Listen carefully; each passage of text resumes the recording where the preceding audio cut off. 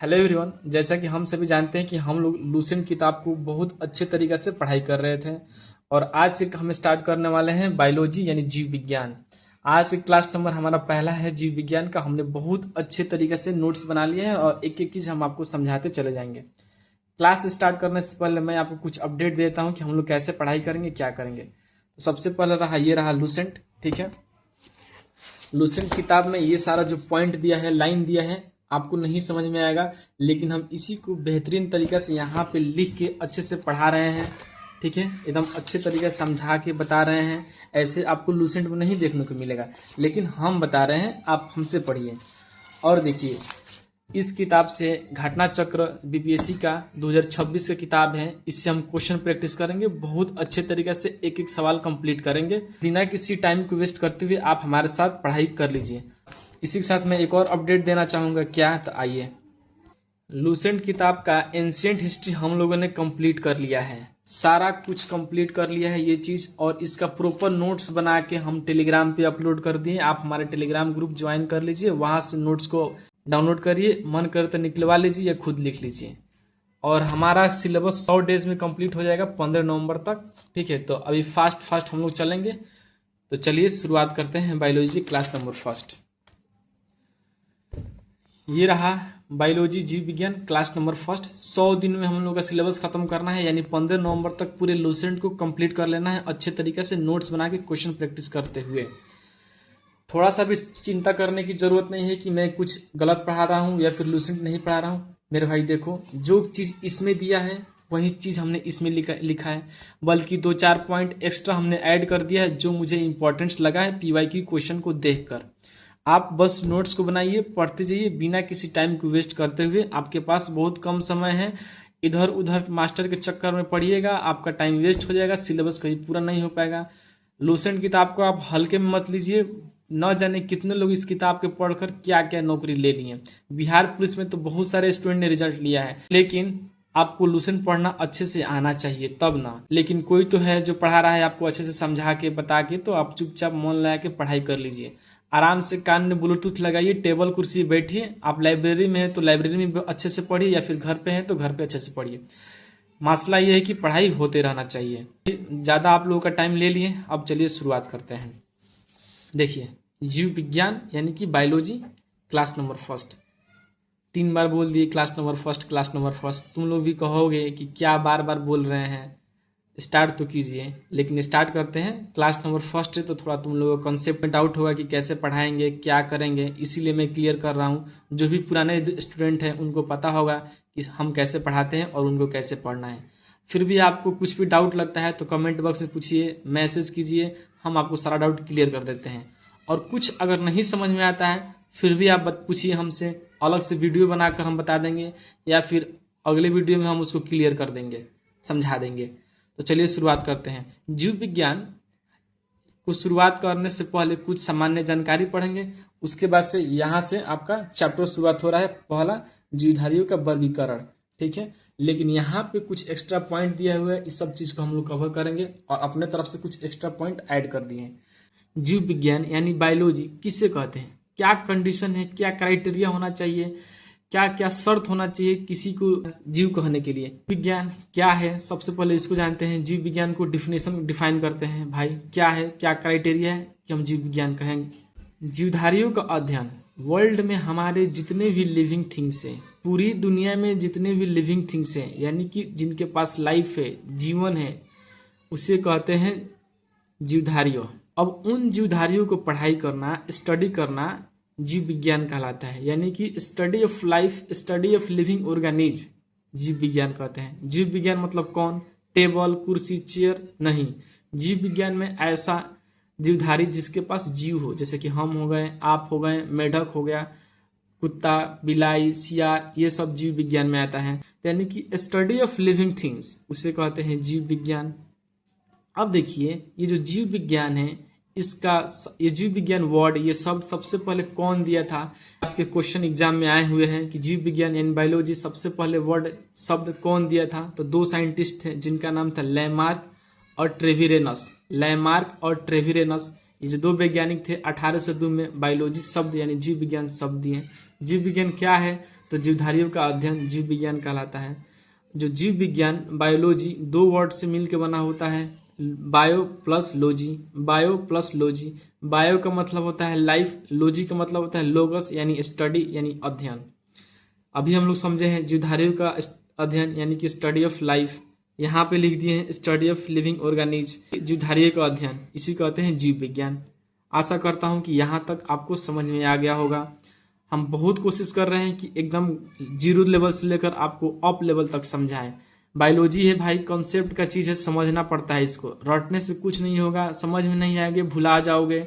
इसीलिए कह रहे हैं ऐसे नोट्स बना के हम पढ़ा रहे हैं, थोड़ा मेहनत कर लो, समझ में आ जाएगा, सिलेबस कंप्लीट हो जाएगा। अब देखिए, ये जो लाइफ है, लिविंग ऑर्गेनिज्म है, ये जो जीवधारी है, क्या क्या कंडीशन है, क्या शर्त है इसके ऊपर कि हम इसको लिविंग बीइंग कहेंगे, क्या क्या होना चाहिए। तो ये सारे शर्त यहाँ पे लिख दिए हैं, आइए एक एक करके समझते हैं।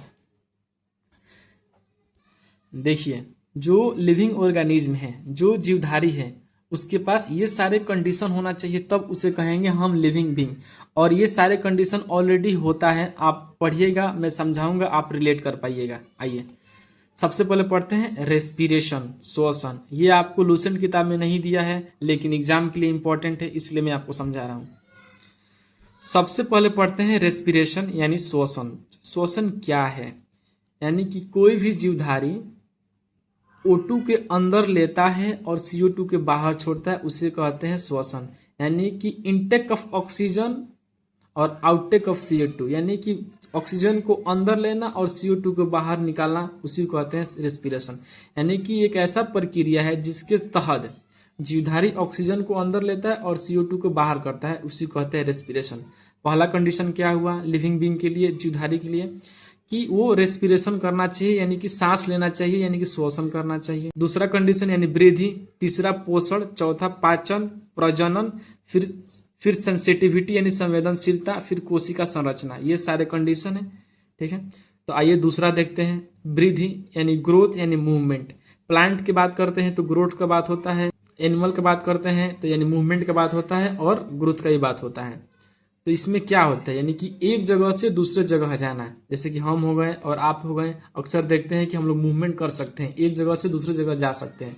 लेकिन प्लांट के केस में क्या होता है कि प्लांट अपने स्थान को कैसे चेंज करता है, तो अपने ब्रांच को बढ़ाकर, अपने शाखाओं को बढ़ाकर। यानी कि प्लांट आज छोटा था, यानी कि 1 फीट का था, कल को वो 10 फीट का हो गया, तो मूवमेंट किया, उसे कहते हैं मूवमेंट, यानी प्लांट का मूवमेंट हुआ, प्लांट का एक स्थान से दूसरे जगह जाना हुआ। प्लांट कैसे मूवमेंट करता है, तो अपने जड़ को बढ़ाकर, तना को बढ़ाकर, डालिया को बढ़ाकर, ठीक है, ऐसे होता है प्लांट का मूवमेंट। तीसरा आते हैं न्यूट्रिशन यानी पोषण, यानी कि भोजन को ग्रहण करना। जब भी हम कुछ भी खाते हैं तो उसी को कहते हैं न्यूट्रिशन, यानी भोजन को ग्रहण करना। यानी कि प्लांट भी देखते हैं कि भोजन को ग्रहण करता है कैसे, तो कार्बन डाइऑक्साइड CO2 वाटर लेता है और हम लोग फूड वगैरह लेते हैं। यानी कि लिविंग थिंग जो होगा, ऑर्गेनिज्म होगा, वो न्यूट्रिशन करेगा, यानी कि पोषण ग्रहण करेगा। उसके बाद से अगला आता है डाइजेशन यानी कि पाचन, यानी कि भोजन को तत्वों में बदलना। जब भी हम खाते हैं कुछ भी तो उसको डाइजेस्ट करते हैं, तोड़ते हैं। जैसे कि बड़ा फूड ग्रेनुल है तो उसको छोटे छोटे भागों में तोड़ना, उसी को कहते हैं डाइजेशन। डाइजेशन होता है तभी हमारे बॉडी को ऊर्जा मिलता है। तीसरे में आता है एक्सक्रेशन यानी कि उत्सर्जन। जब ये डाइजेशन होता है तो कुछ ऐसे अपशिष्ट पदार्थ होते हैं हमारे बॉडी में, तो उसको हम लोग बाहर निकालते हैं। जैसे कि हो गया पोटी, टॉयलेट, उसी को कहते हैं एक्सक्रेशन, ठीक है। पोटी मतलब क्या कहते हैं, सुबह सुबह जो बाथरूम नहीं जाया जाता है, उसी को कहते हैं पोटी। तो ये हो गया अपशिष्ट पदार्थ। जब डाइजेशन होता है तो कुछ चीज़ें बच जाता है, जिससे उसी को हम एक्सक्रीशन करते हैं, यानी उत्सर्जन करके बाहर निकालते हैं, अपशिष्ट पदार्थों को बाहर निकालना। यहाँ पे समझिए थोड़ा सा, न्यूट्रिशन यानी कि भोजन को हम लोग अंदर लिए, फिर न्यूट्रिशन जो भोजन अंदर लिए हैं उसको तोड़ दिए हैं, डाइजेस्ट कर दिए हैं, जो कुछ रह जाता है तब एक्सक्रीशन करते हैं, यानी कि उत्सर्जन करते हैं। अब आइए जनन, रिप्रोडक्शन क्या होता है। आइए, कोई भी जीव अपने जैसे नए जीवों का जन्म देता है, उसी को कहते हैं रिप्रोडक्शन। आगे चैप्टर में अच्छे से एक्सप्लेन करके पढ़ेंगे। समझ में आ गया ना कि जो भी जीवधारी है, लिविंग थिंग है, वो रिप्रोडक्शन भी करेगा, यानी अपने जैसे नए जीवों का जन्म देगा। तीसरा आता है संवेदनशीलता यानी सेंसिटिविटी, यानी वातावरण और बदलाव पर प्रक्रिया। जैसे कि आज गर्मी का मौसम है तो हम लोग हल्का कपड़ा पहनते हैं, कल आ गया ठंडी का मौसम तो हम लोग ज़्यादा कपड़ा पहनेंगे, थोड़ा आग के पास रहना पसंद करेंगे। इसी को कहते हैं सेंसिटिविटी, यानी कि संवेदनशीलता। यानी कि लिविंग जो ऑर्गेनिज्म होगा ना, वातावरण के हिसाब से अपने आप को चेंज करेगा, अपने आप को बदलेगा। फिर आता है कोशिका संरचना। जितना भी लिविंग थिंग होगा वो सेल से मिलकर बना होगा, चाहे एक सेल से या फिर अधिक सेल से मिलकर बना होगा, उसी को कहते हैं कोशिका संरचना। आशा करते हैं कि ये चीज़ समझ में आ गया होगा। आइए आगे पढ़ते हैं। थोड़ा सा एक्स्ट्रा पॉइंट हमने लिख दिया है, इम्पोर्टेंस ऑफ रिप्रोडक्शन। आखिर रिप्रोडक्शन की ज़रूरत क्यों पड़ता है, आखिर क्या ऐसा इम्पोर्टेंस है रिप्रोडक्शन का।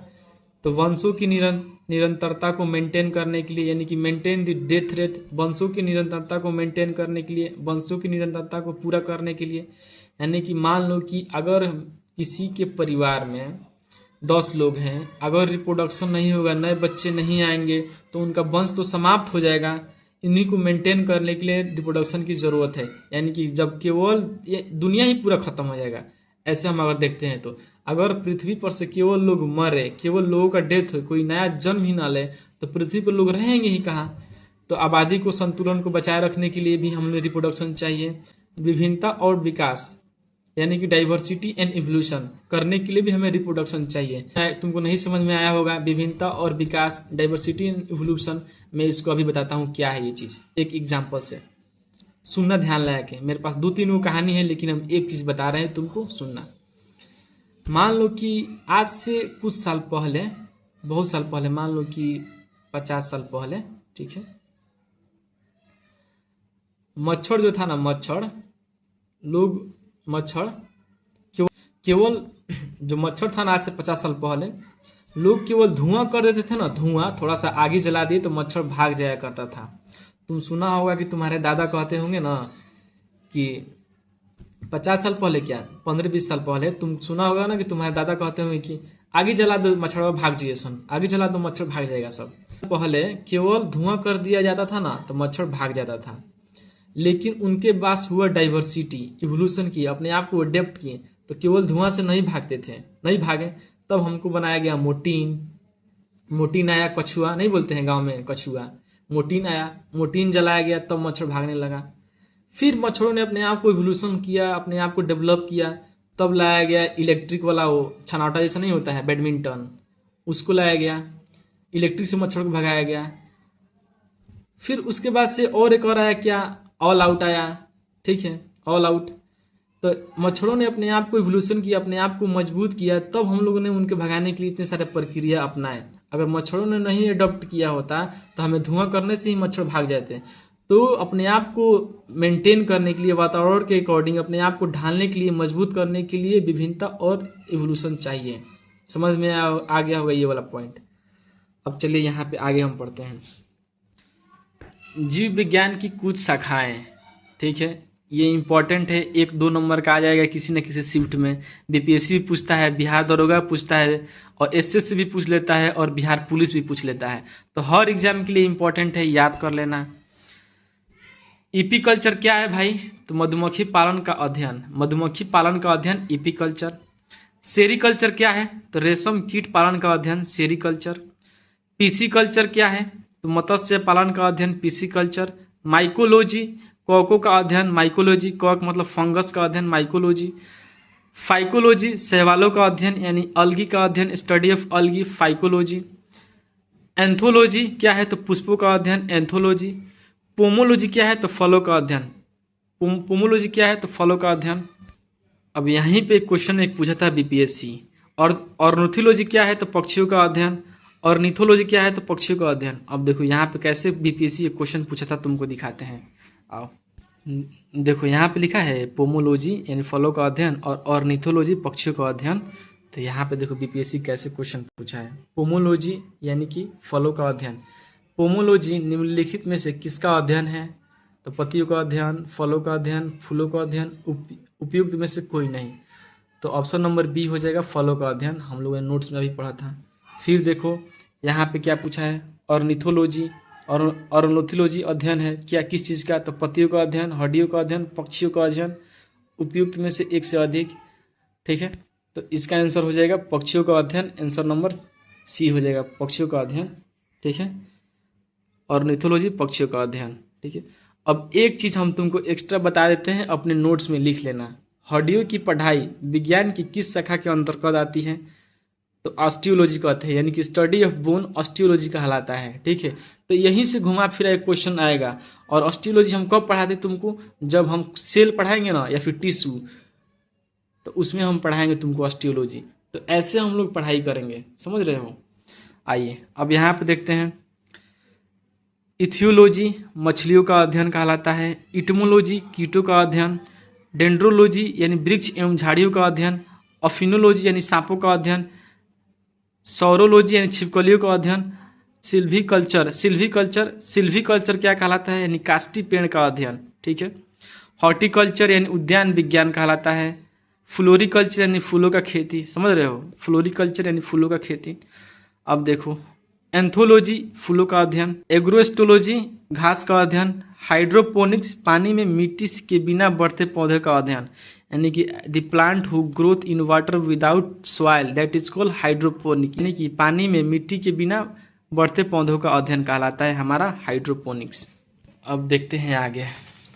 भाई थोड़ा मेहनत लग रहा है, अच्छे से पढ़ाई कीजिए, सब कुछ हो जाएगा। अब आइए यहाँ पे शुरुआत करते हैं। देखिए, धरती पे जितना भी लिविंग ऑर्गेनिज्म है, हम उसको अलग अलग डिवीज़न करके पढ़ेंगे। जैसे कि कुछ एनिमल हो गए, कुछ प्लांट हो गए। तो अरस्तु ने क्या किया था? इनको जीव विज्ञान का पिता कहा जाता है अरस्तु को। तो इन्होंने क्या किया था? अरस्तु ने जितने भी लिविंग ऑर्गेनिज्म है, जितने भी जीवधारी हैं, उनको दो भागों में बांट दिया, जूलॉजी और वनस्पति विज्ञान। जंतु विज्ञान यानी जूलॉजी और बोटनी यानी वनस्पति विज्ञान, ठीक है। जूलॉजी और बोटनी दो भाग में बांट दिया, यानी जंतु विज्ञान एवं वनस्पति विज्ञान। अब देखिए यहाँ पे जितना भी एनिमल है जूलॉजी पढ़ेंगे, और जितना भी पेड़ पौधा है उनको हम बोटनी पढ़ाएंगे, बोटनी वो लोग पढ़ेंगे। अरस्तु को क्या फादर ऑफ जूलॉजी कहा जाता है अरस्तु को, और थियोफ्रेटस फादर ऑफ वनस्पति विज्ञान को कहा जाता है थियोफ्रेटस। देखो यहाँ पे समझो, जीव विज्ञान यानी बायोलॉजी का फादर अरस्तु को कहा जाता है, और जूलॉजी का फादर अरस्तु को कहा जाता है, लेकिन बोटनी का फादर थियोफ्रेटस को कहा जाता है। आशा करते हैं कि कॉन्सेप्ट क्लियर हो गया होगा। अब यहाँ पे देखिए, जीव विज्ञान के प्रमुख सिद्धांतों के प्रवर्तक, कुछ ऐसे सिद्धांत हैं जो जीव विज्ञानों में पढ़ना जरूरी है। आइए देखते हैं। अनुवांशिकता का सिद्धांत किसने दिया था? यानी मेंडल ने दिया था। इसको पढ़िए, याद करिए, क्वेश्चन आया था एग्जाम में कि अनुवांशिकता का सिद्धांत किसने दिया था? तो मेंडल ने। या फिर मेंडल ने कौन सा सिद्धांत दिया था? 4 गो ऑप्शन दे देता है, ठीक है। अनुवांशिकता का सिद्धांत किसने दिया था? तो मेंडल ने। जीव सिद्धांत यानी लिविंग थ्योरी किसने दिया था? तो डीएन मार्गन ने दिया था लिविंग थ्योरी। अब देखो आगे, उत्परिवर्तन सिद्धांत यानी म्यूटेशन यानी वेरिएशन कहते हैं, इसको भी इवोल्यूशन कहते हैं, म्यूटेशन चेंज होता है इसमें, हागरो डी ब्रिज ने दिया था, ठीक है। तो देखो एक क्वेश्चन है आपको पेज नंबर 407 में, यहाँ पे यहीं पे दिया हुआ है। देखो यहाँ पे, जीवों की अत्यधिक विविधता यानी कि वेरिएशन, उसको कहते हैं उत्परिवर्तन, ठीक है। उत्परिवर्तन यानी कि इवोल्यूशन, यहाँ पे क्वेश्चन दिया है उत्परिवर्तन यानी कि इवोल्यूशन, ठीक है। तो ऐसे ही हम लोग क्लियर कर करके पढ़ाई करेंगे। फिर देखो, कोशिका सिद्धांत यानी स्लेडन और एस्वान ने दिया था। कोशिका सिद्धांत स्लेडन एंड एस्वान ने दिया था, ठीक है। अब देखो एनसीईआरटी में क्या है, ये 2 लूसेंट में नहीं दिया है, लेकिन तुम्हारे क्लास 9th के एनसीईआरटी में दिया है। हमको याद था इसलिए हम यहाँ पे लिख दिए हैं, एग्जाम में आता है, जरूरी है। बीपीएससी भी री एग्जाम में ये क्वेश्चन पूछा था कि सेल थ्योरी क्या है, कौन कौन सेल थ्योरी है। तो देखो, all the living things are made up of self, यानी कि लाइफ यानी कि दुनिया में जितने भी लिविंग थिंग हैं, जितने भी जीवधारी कोशिका से मिलकर बने हैं।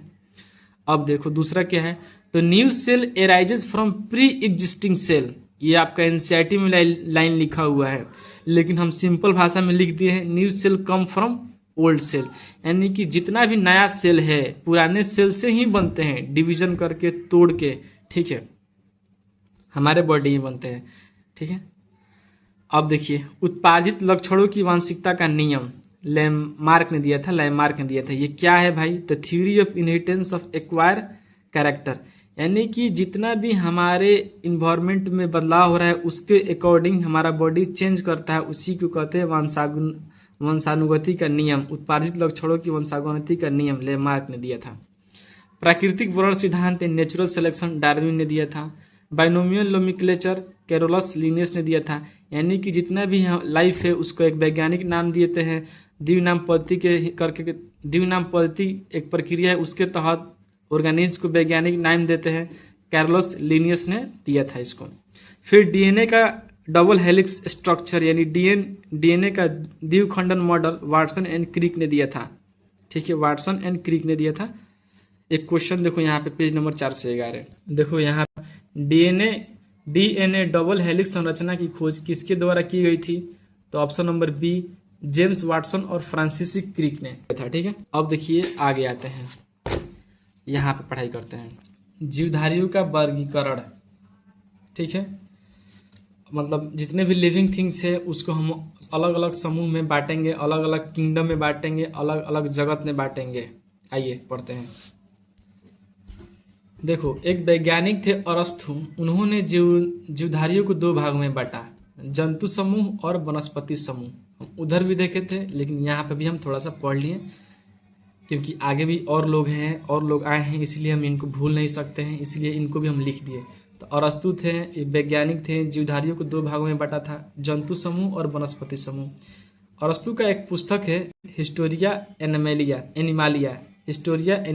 इन्होंने अपने पुस्तकों में ये दोनों बात लिखी है, डिवीजन की बात लिखी है। अरस्तु को जंतु विज्ञान का जनक कहा जाता है, यानी बायोलॉजी का जनक कहा जाता है, बायोलॉजी का फादर कहा जाता है अरस्तु को।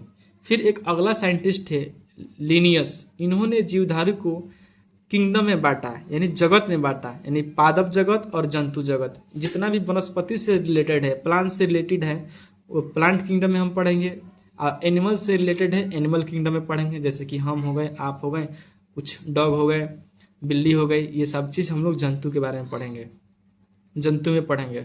फिर इनकी एक पुस्तक थी सिस्टमा नेचर, ये बात। फिर इनकी पुस्तक एक थी सिस्टमा नेचर, इन्होंने सिस्टमा नेचर में ही ये बात लिखी है।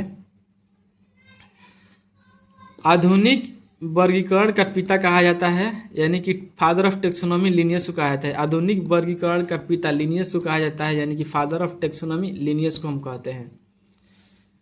बार बार पढ़ो, बार बार सुनो, बार बार देखो, रिवीजन करो, याद हो जाएगा। ये सब चीज कॉन्सेप्ट का है, कॉन्सेप्ट क्लियर पढ़ो। फिर अगला साइंटिस्ट है अर्नेस्ट हिकल। देखो यहाँ पे भी लूसेंट पे भी लिखा हुआ है, यहाँ पे अर्नेस्ट हिकल, लेकिन समझ में नहीं आएगा यहाँ पे, लेकिन हम अच्छे से यहाँ पे समझा दिए हैं, तब समझ में आएगा। अगला साइंटिस्ट है अर्नेस्ट हिकल। उन्होंने क्या किया, जितने भी लिविंग ऑर्गेनिज्म 3 खंडों में बांटा, पादप जगत, जंतु जगत, प्रोटिस्टा, यानी कि plant kingdom, animal kingdom, protista. Plant kingdom में प्लांट को पढ़ेंगे, जैसे कि पेड़ पौधा। जंतु जगत यानी एनिमल को पढ़ेंगे, जैसे कि मैन, फ्रॉग, कैट, बिल्ली, ये सब चीज़, डॉग, ये सब चीज़। प्रोटिस्टा एक एक्स्ट्रा इन्होंने लगाया, प्रोटिस्टा को अमोइबा और प्लाज्मोडियम इसमें आते हैं। प्रोटिस्टा में अमोइबा एंड प्लाज्मोडियम।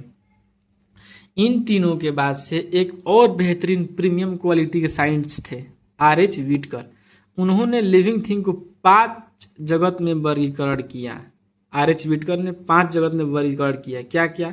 तो पहले से तो ये 3 था, 2 गो ऐड कर दिए। और कौन कौन? तो एक मोनेरा ऐड किए, और दूसरा कौन ऐड किए? तो कवक ऐड किए। ठीक है, आइए एक एक करके समझते हैं पांचों के बारे में। तो एक बार देख लीजिए पांचों कौन कौन से हैं। तो मोनेरा, प्रोटिस्टा, पादप, फिर 4 नंबर पर आ गया कवक, और 5 नंबर पर आ गया जंतु। ठीक है, तो एक एक करके आइए हम पढ़ते हैं। मोनेरा में क्या आता है? तो जितने भी इस धरती पर प्रोकैरियोटिक जीव हैं, प्रोकैरियोटिक लाइफ है, वो आते हैं मोनेरा में। वो सिंगल सेल के बने होते हैं, उनके पास न्यूक्लियस नहीं होता है। ठीक है, न्यूक्लियस नहीं होता यानी नो न्यूक्लियस। अब कुछ एग्जाम्पल के बारे में देखते हैं, जैसे कि बैक्टीरिया हो गया, साइनोबैक्टीरिया, आर्कीबैक्टीरिया, तंतुमय जीवाणु यानी कि फिलामेंटस बैक्टीरिया। इनके पास पूंछ जैसा कुछ स्ट्रक्चर होगा, यानी फिलामेंट होगा, उसी को कहते हैं फिलामेंटस बैक्टीरिया। दूसरे नंबर पर आता है प्रोटिस्टा। प्रोकैरियोटिक और यूकैरियोटिक कुछ ऐसे लाइफ होते हैं जो जल में रहते हैं, उसमें आते हैं प्रोटिस्टा। एग्जाम्पल में यूग्लिना जो होता है पानी में भी रहता है। ठीक है, ये प्रोकैरियोटिक होता है यूग्लिना। ठीक है, कुछ प्रोकैरियोटिक और यूकैरियोटिक आते हैं इसमें। फिर पादप यानी प्लांट, ये बहुकोशिकीय प्रकाश संश्लेषण करते हैं, ठीक है। इसका एग्जाम्पल शैवाल, मांस, पुष्पीय और अपुष्पीय। कुछ ऐसे पौधे होते हैं जिसके पास पुष्प होता है और कुछ ऐसे पौधे होते हैं जिसके पास पुष्प नहीं होते, सब आते हैं पादप में, ठीक है। अब आइए आगे। आशा करते हैं कि सब चीज़ समझ में आ रहा होगा, आता होगा ना। नहीं समझ में आता होगा तो कमेंट करना भाई, फिर से हम बता देंगे। कवक के बारे में पढ़ते हैं। इसमें यूकैरियोटिक और परपोषी जीवधाती यानी परजीवी भी होते हैं। ये कवक यानी यूकैरियोटिक और परपोषी जीवधारी और परजीवी भी इसमें होते हैं, यानी कि पैरासाइट, यानी कि अपने भोजन के लिए किसी दूसरे पर डिपेंड रहेंगे, किसी सड़े गले चीज़ पर डिपेंड रहेंगे, उसी को कहते हैं पैरासाइट यानी परजीवी। ऑब्जर्व करते हैं, अपना पोषण ऑब्जर्वेशन के द्वारा लेते हैं। मान लो कि यहाँ ब्रेड है, सड़ल करल है, तो इसमें गया पैरासाइट, उस पर रह जाएगा और उसी को ऑब्जर्व करेगा और शोषण करेगा, तब अपने लाइफ को यापन करता है ऑब्जर्वेशन के द्वारा। जो कवक होता है ना, इसका सेल वाल कोशिका भित्ति काइटिन के बना होता है। याद कर लेना कि ये कवक यूकैरियोटिक होता है और पैरासाइटिक भी होता है, यानी कि परपोषी होता है यानी परजीवी। 5 नंबर पे आता है जंतु एनिमल।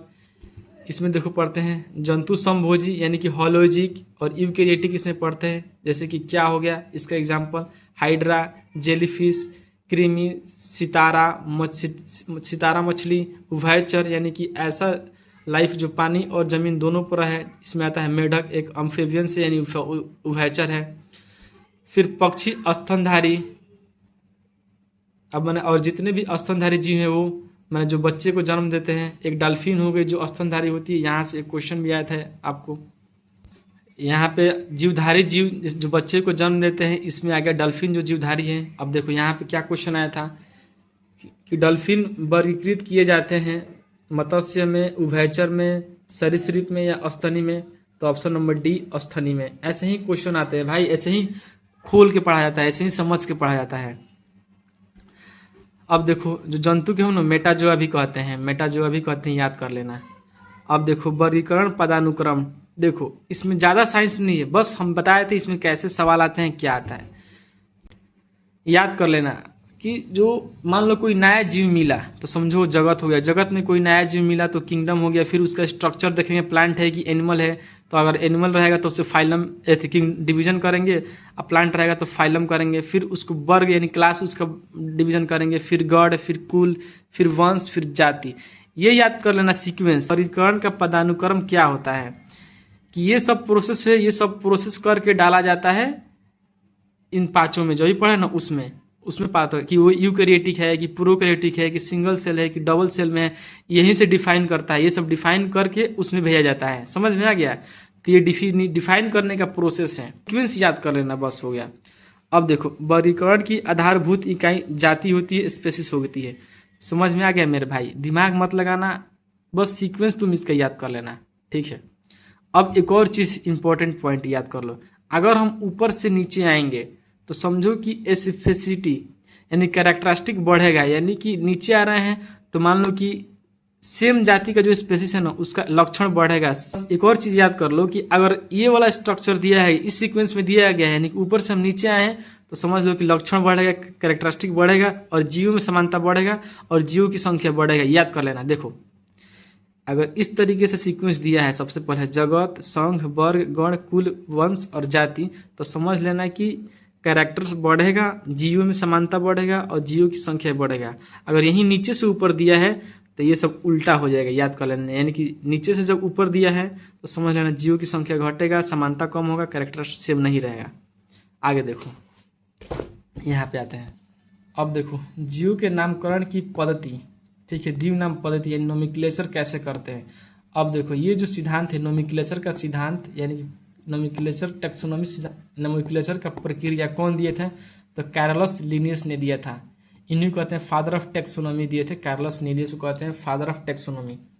इन्होंने क्या बताया, जो जैसे कि एक एग्जाम्पल समझते हैं, मान लो कि होमो सेपियंस लिनस ये मनुष्य का साइंटिफिक नेम है। होमो सेपियन लिनस इंसान का साइंटिफिक नेम है। अब जो पहला शब्द होगा जैसे कि होमस, वो वंश को रिप्रेजेंट करेगा। दूसरा शब्द यानी कि सेपियंस जाति को, और तीसरा जो लिनस वैज्ञानिक के नाम पर रखा जाएगा। लेकिन वैज्ञानिक के नाम को हम लोग उतना इंपॉर्टेंस नहीं देते हैं, केवल ये याद रखते हैं होमोसेपियंस इंसान का वैज्ञानिक नाम है। समझ में आ गया? पहला वर्ड वंश से संबंधित, दूसरा शब्द जाति से, तीसरा वैज्ञानिक नाम से। अब कुछ ऐसे हैं उनके वैज्ञानिक नाम देखते हैं, आइए। मनुष्य का होमोसेपियंस कहते हैं, यहीं से डायरेक्ट एक क्वेश्चन बन जाता है, याद कर लेना।